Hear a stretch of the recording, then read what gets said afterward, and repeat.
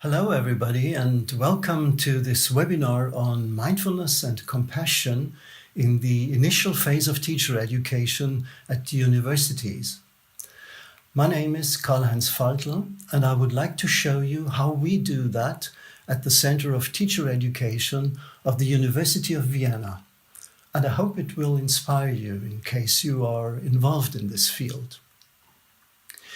If you have watched some of the previous contributions in this series, you will already know about the many benefits of mindfulness regarding attention regulation and cognitive skills, emotion regulation and relationship skills, and physical and mental health. These are general benefits of mindfulness found in students and teachers as well. And additionally, there are some specific benefits of mindfulness in education, like a better classroom climate, more nourishing teacher-student relationships, and a marked increase in academic learning outcomes. So it's obvious that implementing mindfulness into schools is more or less imperative. It should be a fundamental part of school education, an element of the DNA of schools and the whole school system, not just a random add-on. And that makes it a big thing to implement, that has to be well prepared. And one of the most important prerequisites is teacher education. If we want to harvest all these benefits, we need teachers who are skilled in mindfulness and who embody it by the way of teaching and relating, the way of thinking, and the whole being. Of course, we also need organizational changes, but even these can only be successful when there are teachers who bring them to life in all facets of their work and by having a deep contemplative understanding of education and of human development. So the aims of teacher education in this field are far more encompassing than just to show teachers how to do mindfulness practices with students. That's fine. But the deeper aim is to lay the ground for a new understanding of education, which is based on mindfulness and compassion. And this is not an easy thing to do. It means challenging deep-rooted personal beliefs and attitudes towards education so that we can build new attitudes related to mindfulness, such as benevolence and patience, non-judgmental openness and compassion. And we also have to confront traditional notions of school normality, replacing them by a vision of a mindful and compassionate school life. So, in summary, integrating mindfulness into teacher education means reconstructing the whole way of thinking and feeling about education and introducing a new paradigm of pedagogy based on mindfulness and compassion. That's the aim. Now, how can we reach there? When I started this seminar, I realized that there were no prototypes that I could copy worldwide. There were several teacher education programs on mindfulness, but only for in-service teachers, addressing the later stages of professional development. But we also need to lay the ground in the initial phase at the university, addressing teacher-students when they begin to develop their horizon by scientific study. But how to do that? Well, the best researched format of teaching mindfulness is the classical 8-week mindfulness program of MBSR, as designed by John Kabat-Zinn and copied by many other programs. So I tried to align my seminar to that format. Luckily, this is almost equal to the traditional academic format of a 2-semester-hour seminar scheduled every other week, which results in 8 meetings of 3 hours.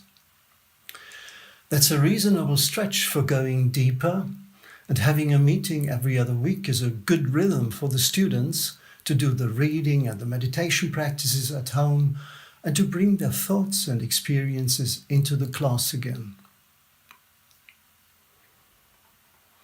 These 8 bi-weekly meetings are loosely focused on the following topics. Meeting 1 introduces the whole seminar, presents the first meditation, and lays the ground for a relaxed and friendly group atmosphere. Meeting 2 gives space for the students' experiences with their meditation practice, and it sets the tone for doing that in the way of contemplative inquiry. I will come back on that later. Meeting 3 looks at the concept of mindfulness more closely. Meeting 4 addresses the specifics of mindfulness in schools. Meeting 5 focuses on the research regarding the effects of mindfulness practice. Meeting 6 is sort of a micro-retreat dedicated to all the meditation practices we have learned so far. Meeting 7 discusses the side effects of mindfulness and its potential abuse. And Meeting 8 is focused on harvesting the insights and securing the sustainability of the students' mindfulness practice after the seminar. In the middle of the semester, the students meet in small groups for a self-organized mindful cooking and eating event at home. And this usually is a strong boost for the group atmosphere. And in the end of the semester, we have a big public symposium with external experts giving keynotes and mindfulness practices, and where the students present their insights and lessons learned. The whole event is sort of a mindfulness festival with food and drinks and music with up to 200 people. That's the overall structure of the seminar. Now let's have a closer look into the meeting structure. Each of the 8 standard meetings is roughly structured in a repetitive rhythm that becomes familiar to the students and gives them a holding for their individual learning processes. This rhythm runs like this. We begin each meeting with a mindfulness practice, usually that one that was introduced last time and practiced at home. This is followed by an inquiry into the experiences with the meditation and the home practice. This contemplative inquiry has become the most important setting of the whole seminar, besides the meditations themselves. Then there is a presentation on the topic of the current session, the most academic part of the meeting. And after a short break, I introduce a new mindfulness practice and we inquire into it.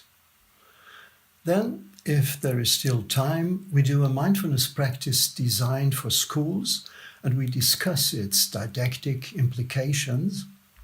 And in the end, I give the assignments and we sit in silence for a moment.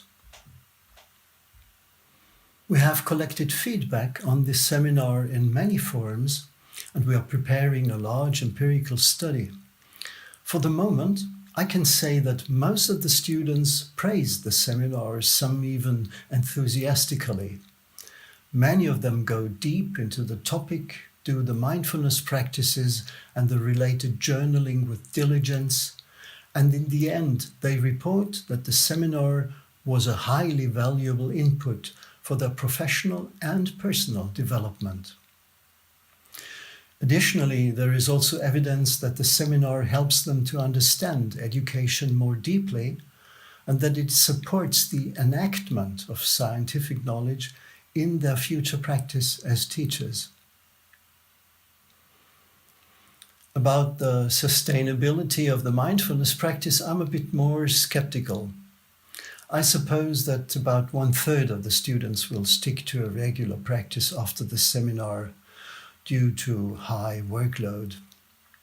But some of them give me notice, even after years, that the seminar has changed their life and has given them a new perspective on their job as teachers.